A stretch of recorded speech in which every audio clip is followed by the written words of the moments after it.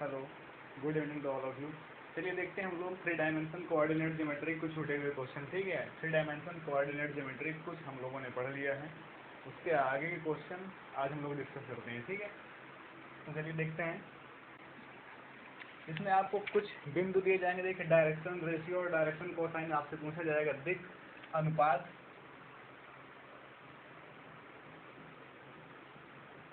जिसे हम लोग इंग्लिश में बोलते हैं डायरेक्शन रेशियो या डीआर बोलते हैं। ठीक है, डायरेक्शन रेशियो।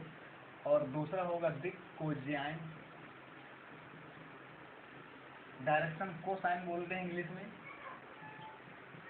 ठीक है, डायरेक्शन कोसाइन कहेंगे। और ये होते क्या है, जैसे मान लो कोई ये दो बिंदु है एक रेखा के। अब चूंकि थ्री डायमेंशन पढ़ रहे हैं तो दोनों बिंदुओं के निर्देशांक थ्री डायमेंशन में होंगे, यानी x1 y1 z1, यहाँ x2 y2 z2। ठीक है, अगर हम लोग दिक अनुपात की बात करेंगे तो दिक अनुपात इन दोनों बिंदुओं का डिफरेंस ही होता है, सिंपल सा। जैसे x2 minus x1, y2 minus y1, z2 minus z1, ये दिक अनुपात होते हैं। ठीक है, और दिक कोज्याय निकालने के लिए क्या करते हैं, इन्हीं डिफरेंस में। और दिक कोज्याओं को हम लोग एल से शो करते हैं, एल एम एन, या इसे एल को हम लोग cos alpha, cos beta, cos gamma भी बोलते हैं। ठीक है, जहाँ अल्फा बीटा गामा क्या है, मान लो जो ये रेखाएं हैं, ठीक है, आपके अक्षों के साथ अल्फा बीटा गामा कोण बनाएंगे। मान लेते हैं जैसे ये थ्री डायमेंशन हो गया, ये X axis, Y axis, Z axis, कोई एक रेखा है। ठीक है, किसी तरफ भी एक रेखा बना लेते हैं। मान लो ये एक रेखा गई है ओ बिंदु से, तो एक्स अक्ष से अल्फा कोण बनाती है और वाई अक्ष से बीटा कोण बनाती है, और जेड अक्ष यहाँ है, इससे मान लेते हैं गामा कोण बनाती है। ठीक है, तो direction cosine L M N होंगे, या इसे हम लोग cos alpha, cos beta, cos gamma से शो करते हैं, जहाँ अल्फा बीटा गामा क्या है, अक्षों के साथ बने हुए कोण है। कभी किसी क्वेश्चन में कह सकता है कि अक्षों के साथ समान कोण बनते हैं, तो अल्फा बीटा गामा सभी इक्वल हो जाते हैं। ठीक है, वहाँ पे तो यहाँ cos alpha, cos beta, cos gamma की वैल्यू देखिए क्या निकालते हैं डायरेक्शन कोसाइन के लिए। जो आपको डिफरेंस, जैसे दो पॉइंट दिए जाएंगे, इन दोनों पॉइंट से जो डिफरेंस करने से आया है, यानी L equal to x2 minus x1 upon इन दोनों बिंदुओं के बीच की दूरी। ठीक है, और इन दोनों बिंदुओं के बीच की दूरी कैसे निकालेंगे, under root x2 minus x1 का whole square plus y2 minus y1 का whole square plus z2 minus z1 का स्क्वायर। ठीक है, पढ़ चुके हैं आप लोग। तो यहाँ नीचे क्या रहता है, दो बिंदुओं के बीच की दूरी। ठीक है, दूरी का फार्मूला आप लोग पढ़ चुके हैं। तो इस तरह से डायरेक्शन कोसाइन और डायरेक्शन रेशियो पढ़ेंगे आप लोग। ठीक है, देखते हैं क्वेश्चन पे, डायरेक्ट समझेंगे।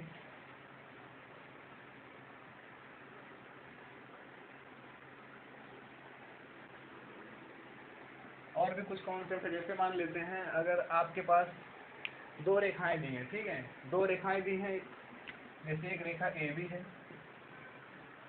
और दूसरी रेखा एक सी डी है।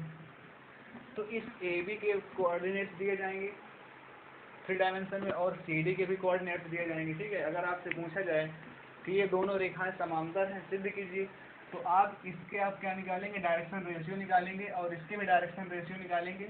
दिक अनुपात, दोनों के दिक अनुपात बराबर आएंगे। ठीक है, अगर दोनों के दिक अनुपात बराबर आते हैं तो ये रेखाएं आपस में समांतर होंगी। अगर दोनों के दिक अनुपात बराबर हैं तो रेखाएं समांतर हैं। अगर दोनों के दिक अनुपात जो भी आए, मान लो जैसे मान लो यहाँ इसके दिक अनुपात A1 B1 और इसके C1 आए, ऊपर वाली रेखा के AB के। ठीक है, और नीचे वाली रेखा के दिक अनुपात आए A2 B2 C2।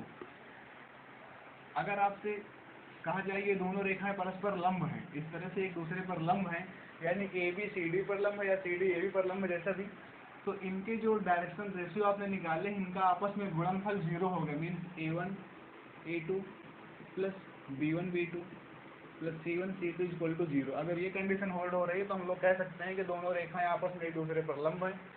अगर ये सारे इक्वल हैं, यानी A1 इक्वल टू A2 है, B1 इक्वल टू B2 है और C1 इक्वल टू C2 है, तो हम लोग कहेंगे ये रेखाएं आपस में समांतर हैं। ठीक है, A1 equal A2, B1 equal to B2, C1 equal to C2। अगर ये कंडीशन होल्ड होती है तो दोनों रेखाएं आपस में पैरेलल हैं। अगर ये कंडीशन होल्ड होती है तो दोनों रेखाएं आपस में कैसी हैं, परपेंडिकुलर हैं। ठीक है, तो देखते हैं क्वेश्चन पे ही।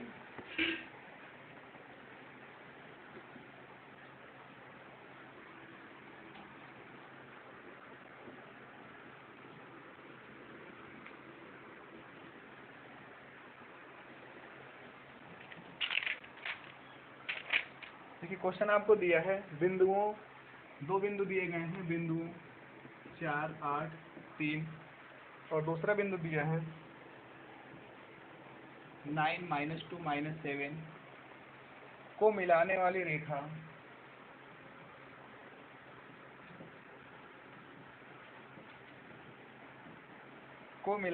रेखा के समांतर रेखा के दिक् अनुपात तथा दिक् कोज्याय ज्ञात करिए। ठीक है, दिक् अनुपात और दिक् कोज्याय ज्ञात करना है। ठीक है, तो देखें दिक् अनुपात को हम लोग ABC से शो कर सकते हैं।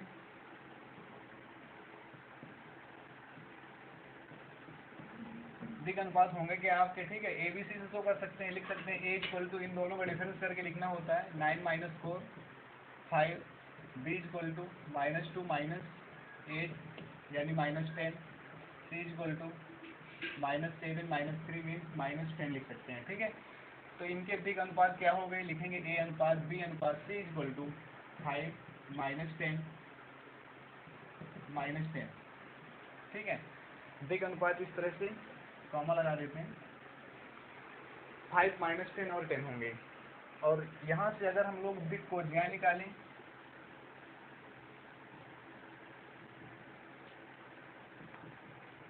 दिक् कोज्याय डायरेक्शन कोसाइन, ठीक है, तो L इक्वल टू, अब देखें इन दोनों का डिफरेंस तो आपने कर लिया है, 5 आया है, 5 अपान, अब नीचे क्या रखना होता है, इन्हीं का जो डिफरेंस किया गया है, यहाँ दूरी निकालेंगे हम लोग, तो दो बिंदुओं के बीच की दूरी डिफरेंस करके स्क्वायर करते हैं अंडरवुड में, तो ये ऑलरेडी हम लोग डिफरेंस कर चुके हैं, इन्हीं के स्क्वायर कर देते हैं, 25 100 100, यहाँ पे से कितना हो जाएगा 225। ठीक है, बाहर निकलेगा 15 यानी 5/15 यानी 1/3।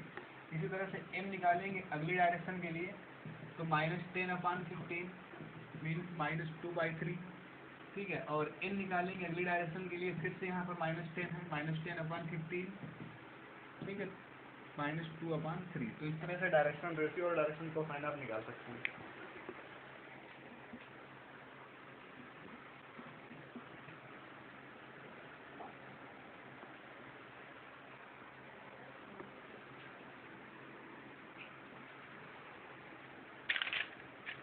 आगे क्वेश्चन आपको दिया है, एक रेखा x अक्ष y अक्ष के धन दिशाओं के साथ, एक रेखा है x अक्ष तथा y अक्ष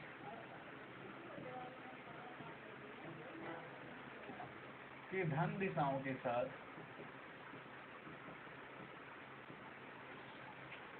क्रमशः 30 और 60 डिग्री कोण बनाती है।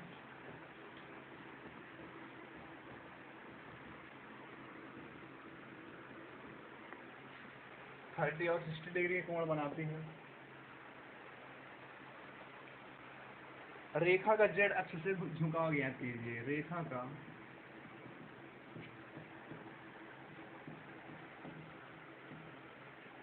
z अक्ष से झुकाव ज्ञात कीजिए। ठीक है, तो देखें सबसे पहले एक रेखा x अक्ष y अक्ष की धन दिशाओं के साथ 30 और 60 डिग्री कोण बनाती है। तो देखो L इक्वल टू आपका क्या हो जाएगा, cos थीटा, अल्फा ले लेते हैं, L equal to cos alpha equal to cos 30। ठीक है, और M equal to cos beta, N equal to cos gamma. अब यहाँ पर पहला एंगल 30 दिया, अगला एंगल cos 60 हो जाएगा। cos 30 की वैल्यू √3/2 और cos 60 की वैल्यू 1/2। ठीक है, और गामा हमको z अक्ष के साथ झुकाव नहीं दिया, मान लेते हैं z अक्ष के साथ झुकाव हमारा गामा है। ठीक है, तो गामा की वैल्यू हमें नहीं दिया और पूछा गया कि z अक्ष के साथ कितने डिग्री का झुकाव होगा। तो आपको एक प्रतिबंध मालूम है, L square M square N square equal to 1 होता है। ठीक है, तो यहाँ L M N सभी की वैल्यू पुट कर देंगे। L की वैल्यू 3/2 है, स्क्वायर करेंगे 3/4 1/4, N स्क्वायर नहीं पता आपको, cos स्क्वायर गामा रखेंगे यहाँ 1। ठीक है, यहाँ दोनों को जोड़ेंगे, 3 और 1 4, 4/4 1 हो जाएगी, इधर वाले 1 से कैंसिल हो जाएगा, तो means cos square gamma equal to क्या आ गया आपका 0। और 0 किसकी वैल्यू होती है cos में, यानी cos गामा भी 0 आ जाएगा। और इस जीरो होती है कॉस में 90 डिग्री की वैल्यू, कॉस 90, ठीक है। Cos gamma equal to cos 90, यानी यहाँ पर से गामा इक्वल टू हमारा क्या प्राप्त हुआ 90। तो आप कह सकते हैं कि उस जो रेखा एक्स अक्ष और वाई अक्ष के साथ 30 और 60 डिग्री कोण बना रही है, उस रेखा का जेड अक्ष के साथ 90 डिग्री का झुकाव होगा, ठीक है।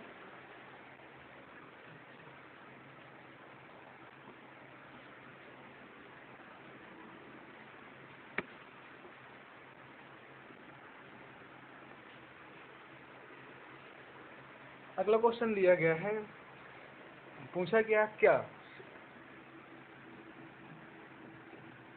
60 डिग्री, 45 डिग्री और 120 डिग्री किसी रेखा के दिक् कोण हो सकते हैं।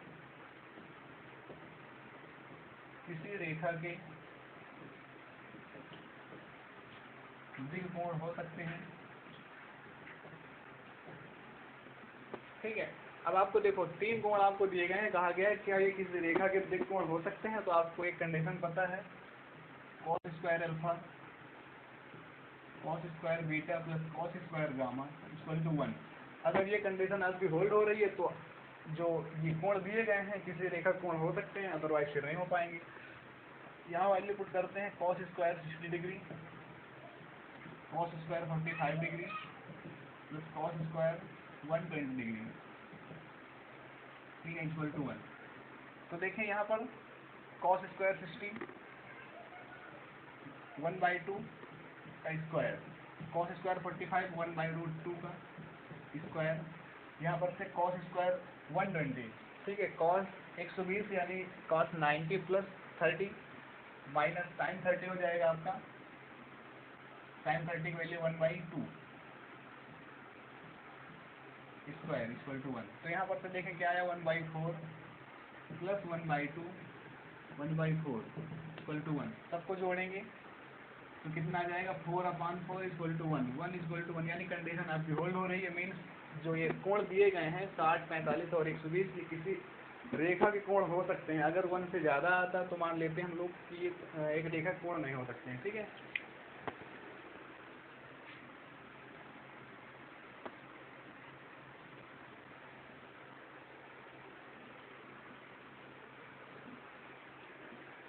इसी तरह से देखो अगला क्वेश्चन दिया है, किसी रेखा की दिक् कोज्याएं 1 1 1 नहीं हो सकती हैं। दिखाओ कि किसी रेखा, दिखाएं कि किसी रेखा की दिक् कोज्याएं, किसी रेखा की डायरेक्शन कोसाइन 1 1 1 नहीं हो सकते। 1 1 1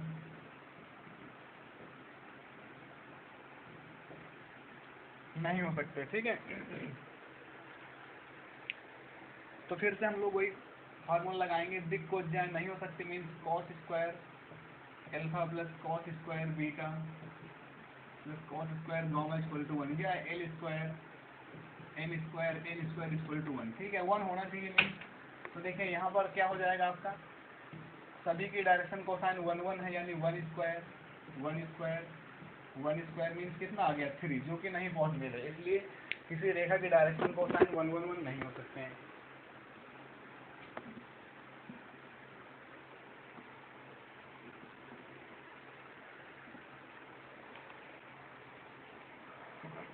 अगला क्वेश्चन दिया है, उस रेखा की दिक् कोज्याएं ज्ञात कीजिए।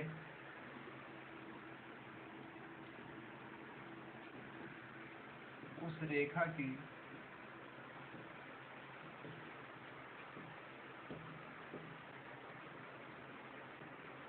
दिक् कोज्याएं ज्ञात कीजिए जो निर्देशांक अक्षों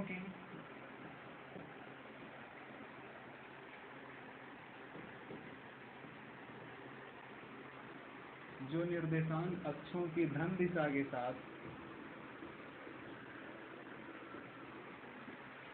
धन दिशाओं के साथ बराबर कोण बनाती है।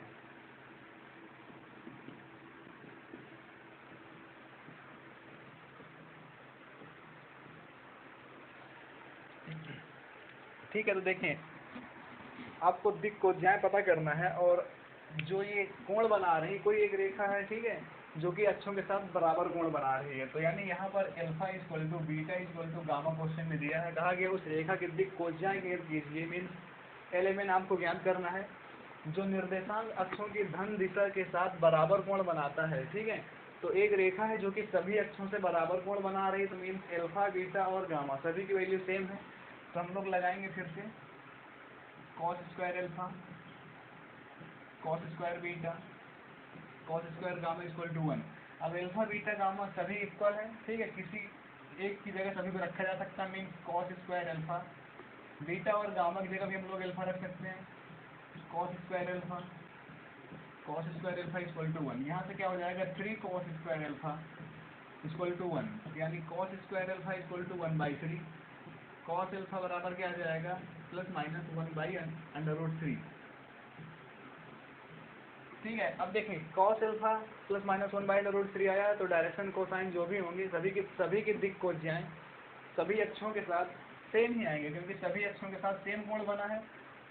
तो लिखेंगे आप direction cosine plus minus 1/√3 plus minus 1/√3 plus minus 1/√3, ठीक है। तो सभी अक्षों के साथ बराबर कोण बन रहा है, इसे सभी अक्षों के साथ जो डायरेक्शन कोसाइन आएंगे वो भी बराबर आएंगे, ठीक है।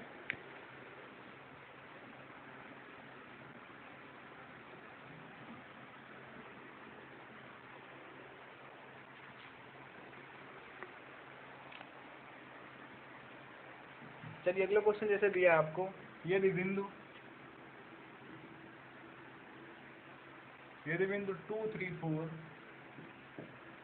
और अगला बिंदु दिया है -1, -2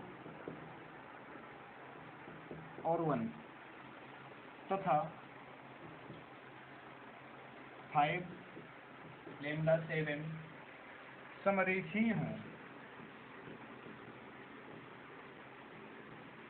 समरेखीय हों, तो लेम्डा का मान बताएं,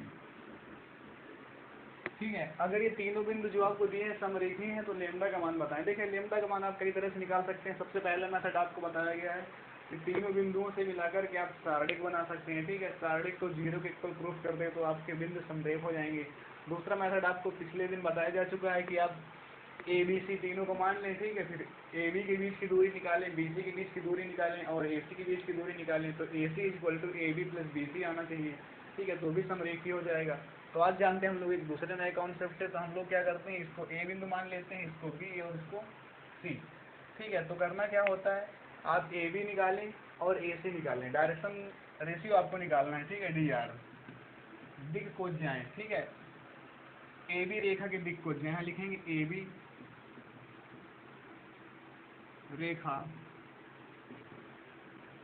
की डायरेक्शन रेशियो है दिक् कोज्याएं, ठीक है। तो यहाँ पर दिक् कोज्याएं इसके क्या आएंगी -1, -2 यानी -3, -2 और -3 -5 हो जाएंगे, 1 -4 -3। अब ये अनुपात में होते हैं डायरेक्शन रेशियो, इसलिए किसी भी संख्या से हम लोग गुणा या भाग कर सकते हैं, ठीक है। तो माइनस से हम लोग अगर भाग करते सभी माइनस में तो सभी प्लस में हो जाएंगे, 3, 5, 3। ये आपके क्या हो गए AB रेखा के डायरेक्शनल रेशियो है दिक् अनुपात, ठीक है। इसी तरह से AC रेखा के दिक् अनुपात निकालेंगे, लिखेंगे AC रेखा की DR डायरेक्शनल रेशियो या दिक् अनुपात, ठीक है। यहाँ से 5 -2 यानी 3, लेम्डा -3 और 7 -4 यानी 3 आ जाएगा, ठीक है। अगर ये समरेखीय हैं, ठीक है, तीनों बिंदु अगर समरेखीय हैं तो इस मेथड से कैसे निकालते हैं डायरेक्शन रेशियो से, अगर सारे बिंदु समरेखीय हैं तो डायरेक्शन रेशियो इक्वल होते हैं, यानी लेम्डा -3 को 5 के इक्वल कर देंगे, लेम्डा -3 इक्वल टू 5, तो लेम्डा इक्वल टू क्या आ जाएगा 8, तो लेम्डा की वैल्यू 8 इस तरह से आप निकाल सकते हैं, ठीक है।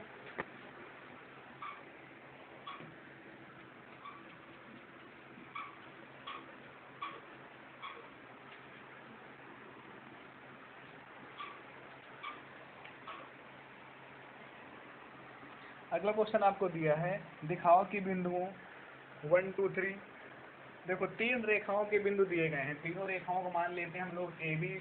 देखो पहले रेखा मान लेते हैं हम लोग AB के निर्देशांक जो दिए गए हैं 1 2 3 और -1 -2 -3 -1 -2 -3। दूसरी रेखा मान लेते हैं XY। ठीक है, इसके भी निर्देशांक आपको दिए गए हैं 2 3 4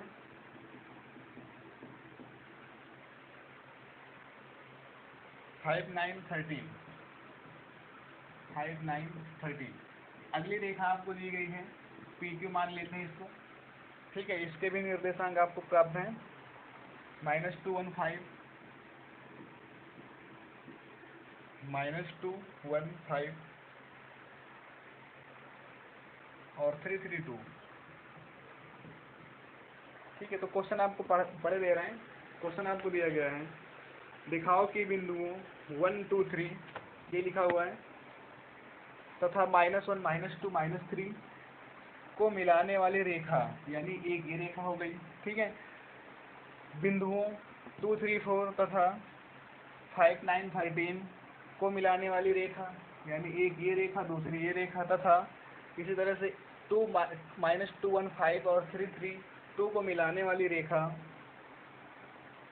के लंबवत है। ठीक है, यानी इसका समांतर पूछा गया है।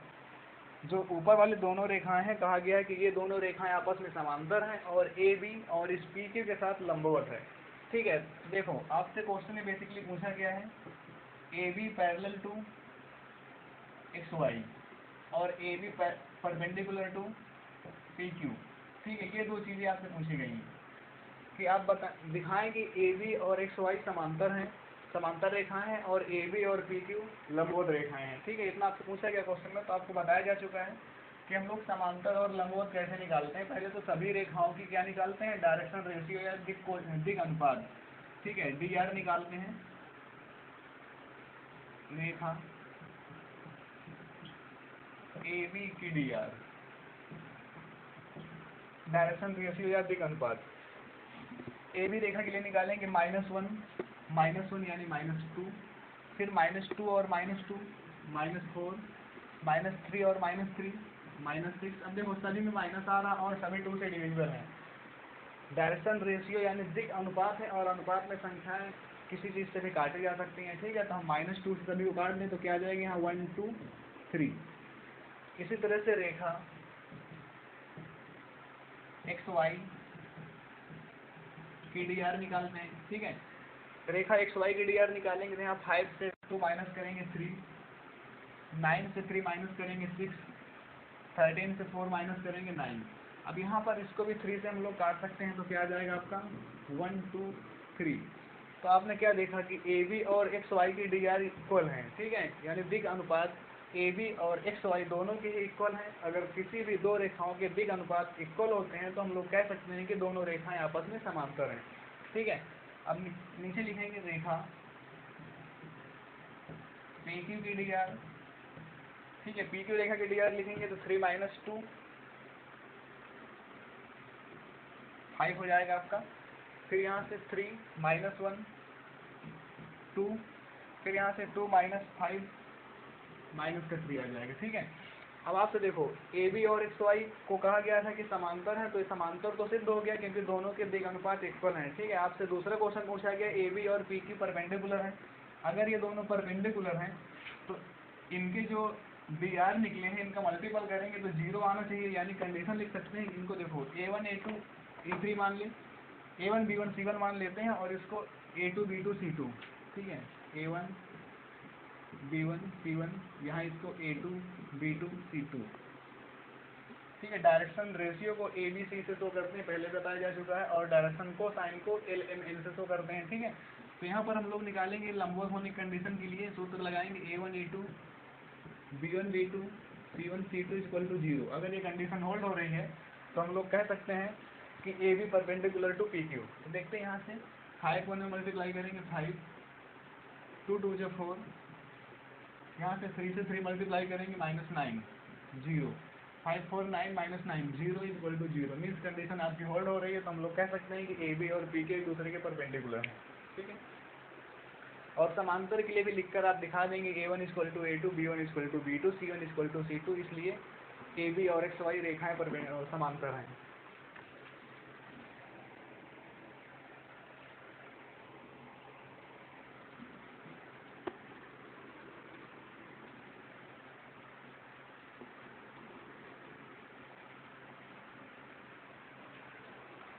चलिए अगला क्वेश्चन देखते हैं।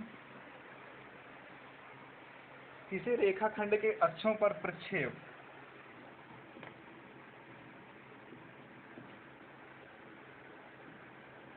किसी रेखाखंड के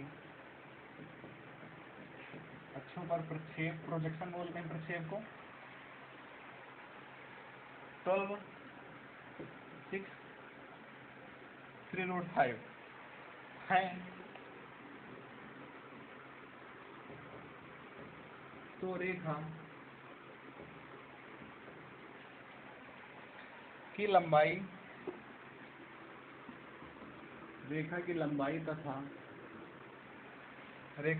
तथा दिक् कोज्याएं ज्ञात करें।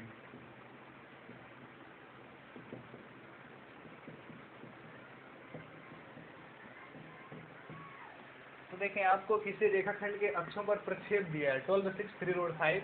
तो रेखा की लंबाई भी आपसे पता करना है और दिक् कोज्याएं भी याद करना है, ठीक है। तो रेखा की लंबाई मान लेते हैं हम लोग r, रेखा की लंबाई इक्वल टू r लिखेंगे, माना रेखा की लंबाई इक्वल टू r, ठीक है। और दिक् कोज्याएं तो आपको पता है, तथा दिक् कोज्याएं LMN होती है, ठीक है।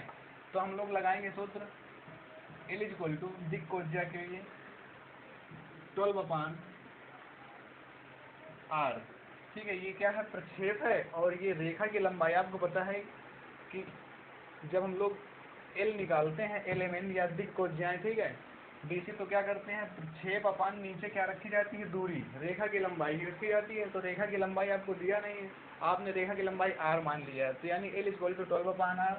इसी तरह से n इक्वल टू 6/r। अब रेखा की लंबाई तो हर एक कंडीशन पे सेम होगी, इसलिए हर बार r रखेंगे, और n इक्वल टू 3√5/r, ठीक है। अब आपको एक कंडीशन पता है, L स्क्वायर इक्वल टू 1, ठीक है। सभी का स्क्वायर करेंगे, 12 का square 144/r square, plus n square यानी 36/r स्क्वायर, प्लस यहाँ से 3√5, 3 को 9, 45, 45/r स्क्वायर इक्वल टू 1। सभी को यहाँ ऐड करेंगे, 6 4 10 5 15, 4 3 7, 4 11 1 12, 2, 225/r स्क्वायर, r स्क्वायर को उधर भेज देंगे तो r क्या मिल जाएगा आपको, 15, ठीक है।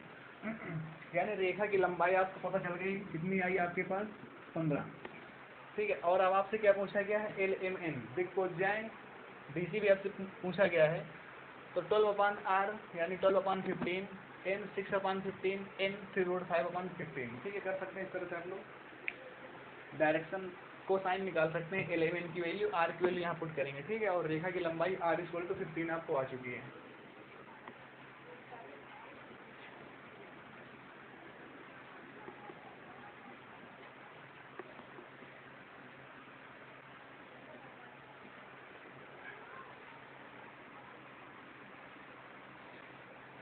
तो अगला क्वेश्चन आपसे कहा गया, यदि बिंदुओं ABCD के निर्देशांक क्रमशः 4 बिंदु दिए गए हैं, ABCD उनके निर्देशांक दिए गए हैं। तो A बिंदु के निर्देशांक हैं, लिख के दे रहे हैं 2 1 -2, 2 1 -2। B के निर्देशांक दिए हैं 4 -5 3। C के निर्देशांक दिए गए हैं 3 4 -2। D के निर्देशांक दिए गए हैं 6 2 -8। तो क्वेश्चन पूछा गया, तो AB का CD पर प्रक्षेप ज्ञात करें। तो AB का CD पर प्रक्षेप ज्ञात करें, ठीक है। देखो, जिस रेखा पर प्रक्षेप ज्ञात करना, उस रेखा से LMN निकालते हैं, यानी DC निकाल लेते हैं, डायरेक्शन कोसाइन, ठीक है। तो CD रेखा पर प्रक्षेप ज्ञात करना है, तो CD रेखा पर प्रक्षेप के लिए तो सबसे पहले आप निकालेंगे CD रेखा के दिक् अनुपात। तो CD रेखा के लिए दिक् अनुपात ABC क्या निकलेंगे, दोनों को डिफरेंस कर देते हैं, 6 -3 3, 2 -4 -2, -8 -2, तो यहाँ पर से माइनस का 6 बचेगा। तो यहाँ पर क्या आ गए, CD रेखा के दिक् अनुपात लिख लेंगे, CD रेखा के दिक् अनुपात ABC इक्वल टू 3 -2 और -6। तो CD रेखा की डायरेक्शन कोसाइन यानी CD लिख देंगे, CD रेखा के डायरेक्शन कोसाइन 3/2 सबका अंडर रूट लेके स्क्वायर करेंगे, ठीक है। 3 को 9, 4, 36, यहाँ से कितना आ गया 36 4 40 9 49, यानी 7 बाहर निकलेगा तो 3/7 L इक्वल टू निकला, ठीक है। N इक्वल टू इस तरह से तो -2/7, N इक्वल टू -6/7, ठीक है। जिस रेखा पर प्रच्छेद ज्ञात करना है उस रेखा के L M N निकालना होता है, और जिस रेखा के द्वारा प्रच्छेद ज्ञात करना है उसके बिंदुओं को लिया जाता है। देखें, फार्मूला होता है आपका L x2 - x1 plus N y2 - y1 plus N z2 - z1, ठीक है।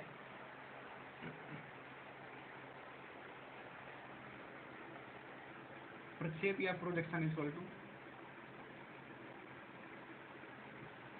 देखें यहाँ से L की वैल्यू 3/7, x2 - x1। अब रेखा AB के द्वारा हम लोग कर रहे हैं तो पॉइंट जो लेंगे हम लोग A और B से लेंगे, x2 x1 वाले, ठीक है। तो यहाँ से 4 - 2 प्लस N के कोऑर्डिनेट्स आए -2,7 वैल्यू इसकी, y2 - y1 यानी -5 और -1, -5 + 1 हो जाएगी। N की वैल्यू है -6/7, यहाँ से -6/7 कर देते हैं। z2 - z1 -3 - 2, -3 + 2 हो जाएगा, ठीक है। इसे आप लोग खुद से सॉल्व करेंगे, जो भी आएगा आपका प्रक्षेप आंसर हो जाएगा।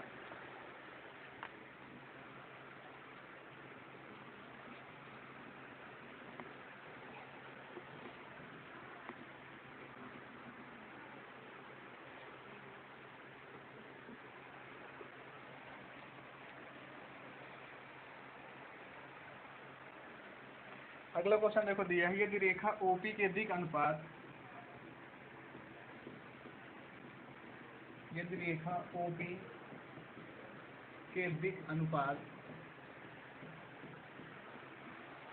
रेखा OP के दिक् अनुपात दिया है 3, 4, 5 है,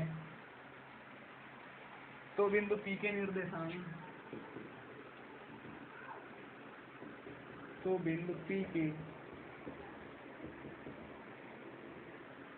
बिंदु P के निर्देशांक, कई चीजें पूछी गई हैं। बिंदु P के निर्देशांक पूछा गया है, OP की लंबाई पूछी गई है, OP की लंबाई और दिक् कोज्या भी बताना है, ठीक है। सॉरी, दिक् कोण बताना है, डायरेक्शन एंगल यानी आपको बताना है, दिक् कोण भी क्या बताना है, ठीक है। तो देखो, सबसे पहले आपको क्वेश्चन फिर से पढ़ दे रहे हैं। यदि रेखा OP के दिक् अनुपात 3, 4, 5 है, तो बिंदु P के निर्देशांक और OP की लंबाई और दिक् कोण आपको बताना है, ठीक है। तो देखें, जैसे मान लेते हैं O बिंदु से कहा गया है, तो ओरिजिन हो गया आपका x axis, y axis, z axis, ठीक है। OP, P कोई एक रेखा है, इस तरह से मान लेते हैं, P एक कोई रेखा है। OP के इस रेखा के दिक् अनुपात दिए हैं 3, 4, 5। अब दिक् अनुपात क्या होते हैं? इन दोनों बिंदुओं के बीच का डिफरेंस दिक् अनुपात कहलाता है। ABC से शो करते हैं।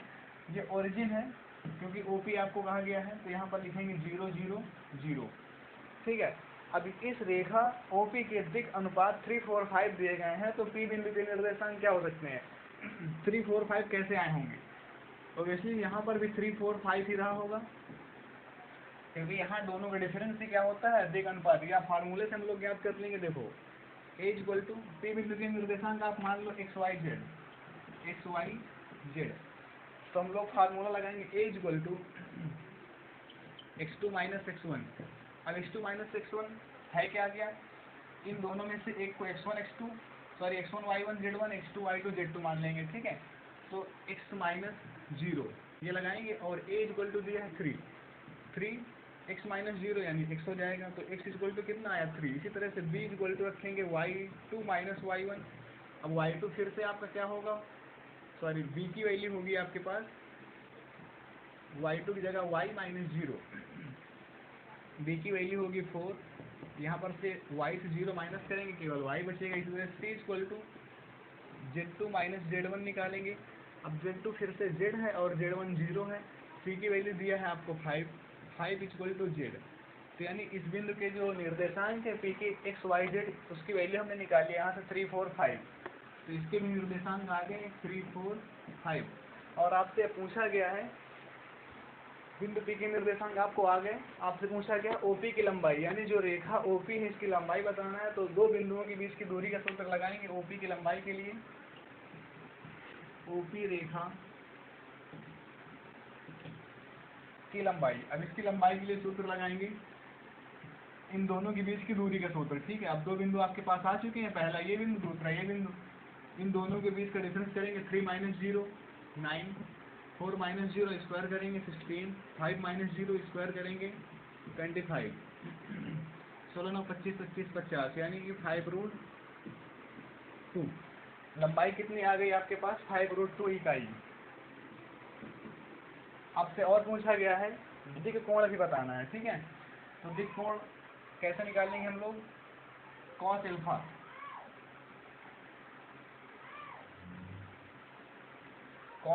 Cos beta cos gamma. ठीक है, एल इक्वल टू हम लोग क्या लगाएंगे, इन दोनों के बीच का डिफरेंस एल इक्वल टू आपका क्या होगा 3 - 0 यानी 3, और दूरी कितनी आई है 5√2। और एल यहाँ पर क्या होगा, एल की जगह हम लोग रख सकते हैं कॉस एल्फा इक्वल टू 3/5√2। तो एल्फा इक्वल टू क्या आ जाएगा कॉस इनवर्स 3/5√2। इसी तरह से अगला लगाएंगे बीटा बराबर 4/5√2, और बीटा की जगह एम रखेंगे एम इक्वल टू, ठीक है, एम की जगह रखेंगे कॉस बीटा 4/5√2। यहाँ से बीटा निकालेंगे कॉस इनवर्स 4/5√2। इसी तरह से हम लोग एन इक्वल टू रखेंगे 5/5√2। ठीक है, तो एन निकल आएगा, इनकी सहायता से कॉस गामा भी निकाल लेंगे। ठीक है,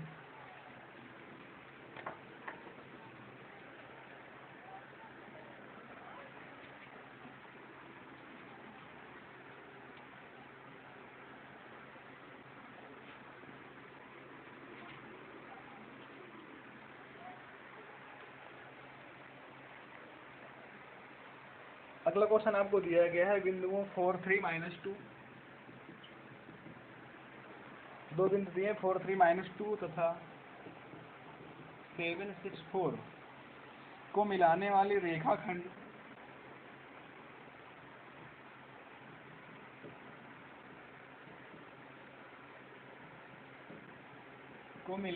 रेखा का उस रेखा पर प्रक्षेप ज्ञात कीजिए,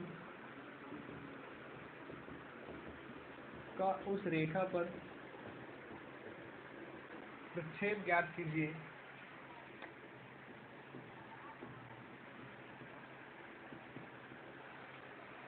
पर प्रक्षेप ज्ञात कीजिए जो अक्षों से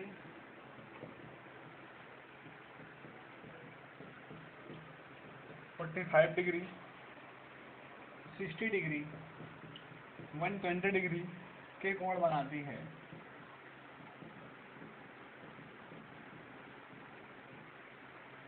ठीक है, तो देखें आपको दो बिंदु दिए गए हैं, एक ये रेखा के दो बिंदु हैं, मान लेते हैं ये रेखा ए बी है, और दूसरी एक रेखा कहा गया है वो रेखा जो आपके अक्षों के साथ 45 डिग्री 60 डिग्री और 120 डिग्री के कोण बनाती है। ठीक है, तो दूसरी वाली रेखा पर पहली रेखा के द्वारा प्रोजेक्शन ज्ञात करना है। ठीक है, यानी पहले वाली रेखा को अगर हम ए बी नाम दे देते हैं तो ए बी, और दूसरी वाली रेखा को सी डी का नाम देते हैं। ठीक है, तो ए बी रेखा द्वारा सी डी रेखा पर प्रोजेक्शन बताना है आपको। तो जिस रेखा पर प्रोजेक्शन बताना होता है उस रेखा के लिए एल एम एन सॉल्व करते हैं। तो l equal to cos alpha यानी कॉस 45, और यहाँ से आ जाएगा 1/√2। N equal to cos beta, और वैल्यू दिया 60 यानी कॉस 60 डिग्री कॉस 60 1/2। अगला n equal to cos gamma यानी कॉस 120 कॉस 90 + 30 माइनस साइन 30 यानी 1/-2। तो यहाँ पर से एल एम एन की वैल्यू आपको पता चल गई है। अब आपको प्रोजेक्शन बताना है। ठीक है, फार्मूला लगाते हैं L x2 - x1 m y2 minus y1 plus n z2 minus z1। ठीक है। एल एम एन की वैल्यू यहाँ से रखेंगे और जो बिंदु x2 x1 y2 y1 z2 z1 है, दूसरी जिस रेखा के द्वारा प्रोजेक्शन याद करना है, यहाँ से बिंदु रखेंगे x2 माइनस x1। तो देखें एल की वैल्यू क्या है आपके पास 1/√2, x2 माइनस x1 यानी 7 माइनस 4 3, n की value 1/2, y2 minus y1 6 minus 3 n की वैल्यू यहाँ से -1/2, z2 माइनस z1 4 माइनस 2 6। ठीक है, सबको सॉल्व कर लेंगे तो आपका प्रोजेक्शन पता चल जाएगा।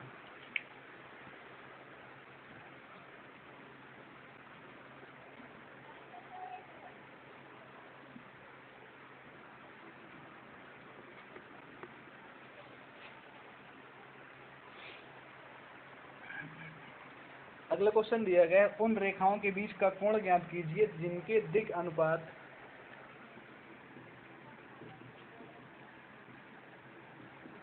उन रेखाओं के बीच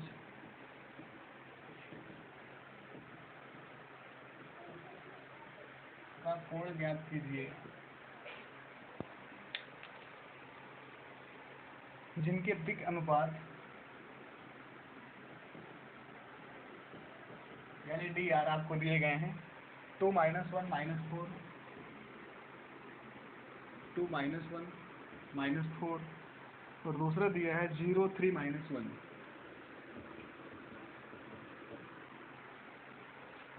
जीरो 3 माइनस 1 है।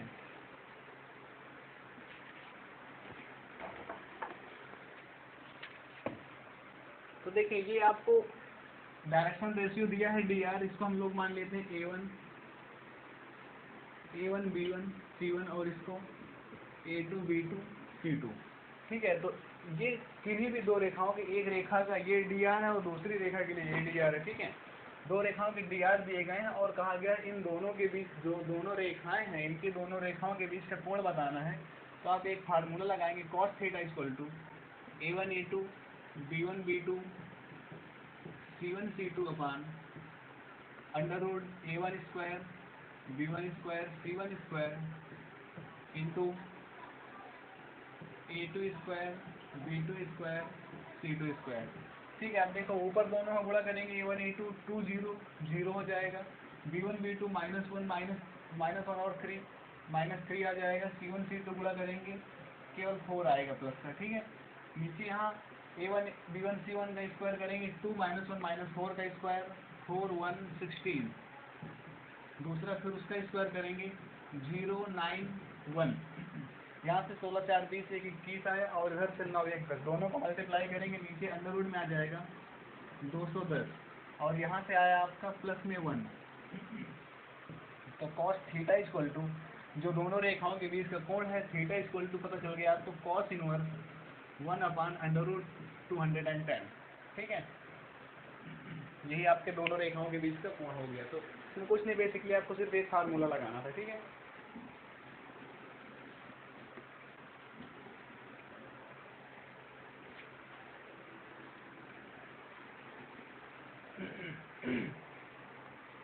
देखो अगला क्वेश्चन आपको दिया गया है, बिंदुओं ए बी सी डी के निर्देशांक 4 निर्देशांक दिया है, दिखाओ कि रेखा ए बी और सी डी एक दूसरे पर लंब है। आपको बताया जा चुका है जब दो रेखाएं एक दूसरे पर लंब, आपके पास 4 कोऑर्डिनेट्स दिए गए हैं। दो कोऑर्डिनेट से आप रेखा ए बी के दिक् अनुपात निकालेंगे डी आर डायरेक्शन रेशियो, और दूसरी रेखा सी डी के भी इसी तरह से डी आर निकालेंगे। और दोनों रेखाओं के डी आर आ जाने के बाद आपसे कहा गया है कि दोनों रेखाएं एक दूसरे पर लंब हैं। ठीक है, तो लंब वाली कंडीशन लगाएंगे, दोनों रेखाओं के डी आर निकालने के बाद A1 A2 plus B1 B2 plus C1 C2 equal to 0। अगर दोनों रेखाएं लंब है तो स्वतः ही 0 आ जाएगा। ठीक है,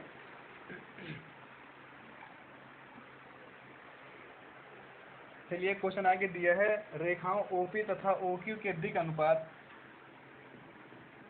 OP एंड OQ दो रेखाएं हैं, इनके दिक् अनुपात के डी आर डायरेक्शन रेशियो आपको दिए गए हैं 3 -2 3 -2 1 तथा -2 3 2 समतल POQ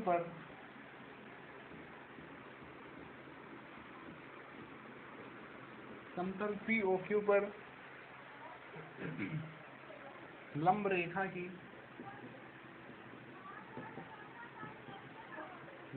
की दिक् कोज्याएं ज्ञात करना है। ठीक है, लंब रेखा की दिक् कोज्या यानी DC, डायरेक्शन कोसाइन आपको बताना है। ठीक है, तो देखें दो रेखाएं हैं OP और OQ। किसी समतल POQ पर जो OP और OQ है, इन दोनों के DR आपको दिए गए हैं। तीसरी एक रेखा और है। ठीक है, और जो तीसरी रेखा है वो इन दोनों रेखाओं से लंब है। कहा गया समतल POQ पर लंब रेखा की DC बताना है, यानी कि जो दो रेखाएं ऑलरेडी आपके पास खींची हुई हैं, तीसरी रेखा भी जो आपको ड्रॉ करनी है वो इन दोनों एक ही समतल पर हैं तीनों रेखाएं, और इन दोनों रेखाओं के साथ लंब हैं। ठीक है, तो आप फिगर कैसे ही बना सकते हैं। मान लेते हैं ये दो रेखाएं पहले से आपके पास खींची हैं, OP और OQ। एक रेखा आपने बीच में ऐसे ड्रॉ कर दिया, यहाँ भी 90 डिग्री एंगल बना रही और यहाँ भी 90 डिग्री एंगल बना रही। ठीक है,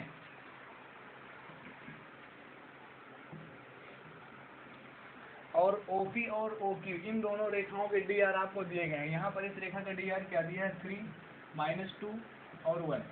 इस रेखा OQ का DR दिया है -2 3 2। ठीक है, तो OP और OQ के DR आपको दिए गए हैं। ये जो दूसरी रेखा है इसको मान लेते हैं S या PQR कर देते हैं। ठीक है, PQR। अब इस जो R रेखा है, इस R रेखा के आपको DC बताना है, डायरेक्शन कोसाइन। डायरेक्शन कोसाइन बताने से पहले आपको डायरेक्शन रेशियो अगर पता चल जाए DR, तो डायरेक्शन कोसाइन आप बता सकते हैं।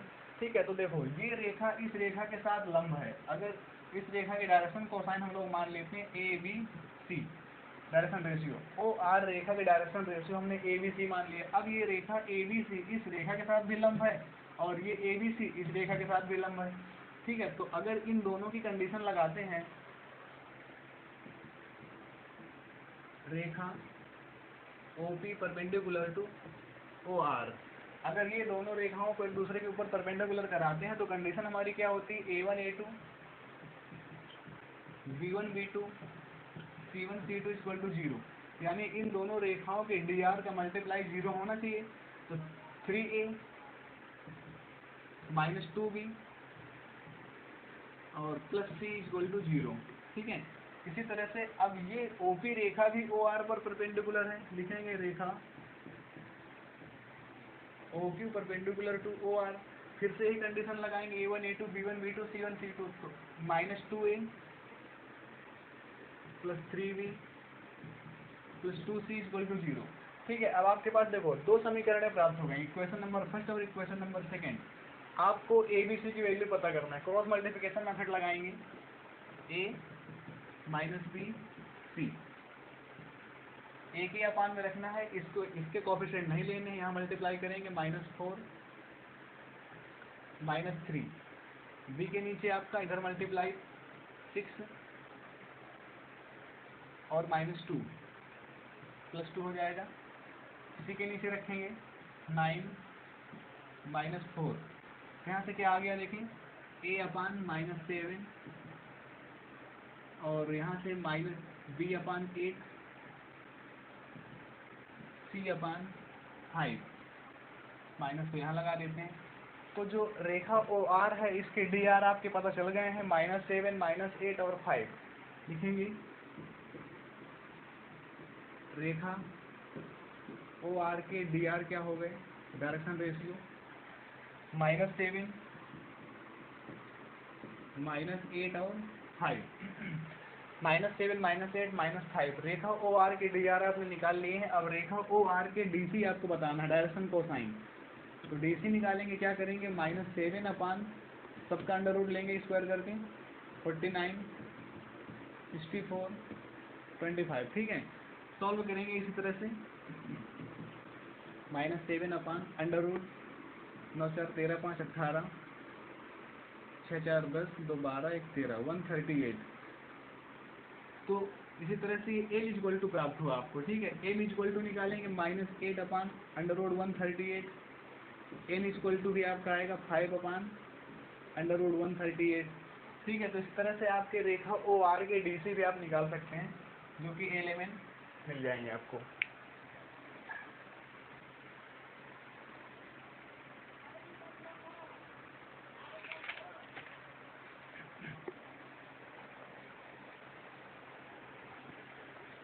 अगला क्वेश्चन देखते हैं।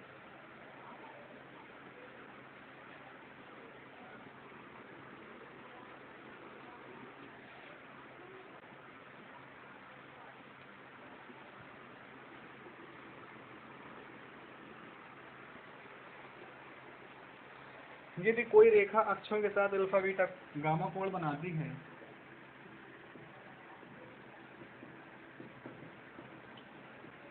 यदि कोई रेखा अक्षों के साथ